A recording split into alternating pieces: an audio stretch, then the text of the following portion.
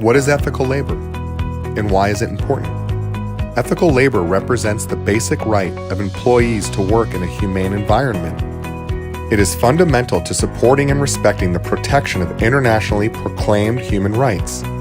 It's extremely unfortunate that issues like child labor, forced labor, and discrimination persist.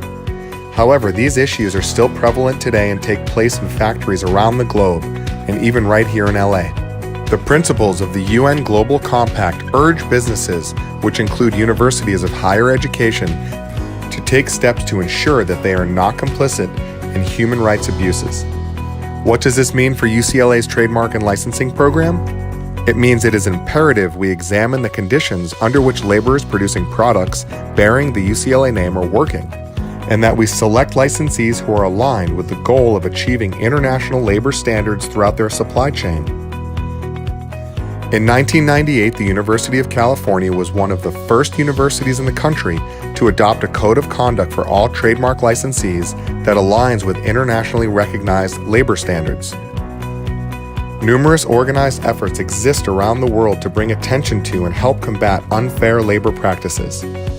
UCLA engages with several ethical labor advocacy organizations, including the Fair Labor Association, or FLA, and the Worker Rights Consortium, or WRC. Each approaches fair labor advocacy in a different way.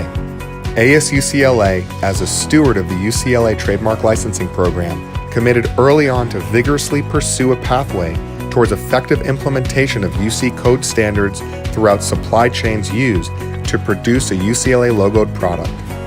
Any company granted permission to use the UCLA name and trademark must, as a first step, contractually agree to uphold the UC code standards as described and demonstrate their means for effectively doing so. However, agreeing to these standards represents only the start of a journey, not the destination. At every point along the journey, from sourcing the raw materials to the laborers who manufacture the blank goods to those who apply the UCLA brand name, UCLA licensees are held accountable. The challenge? The journey is continuous. However, ASUCLA has overcome one of the biggest obstacles preventing many others from authentically taking the first step: owning and acknowledging the problem.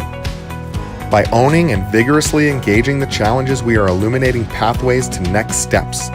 Let there be light.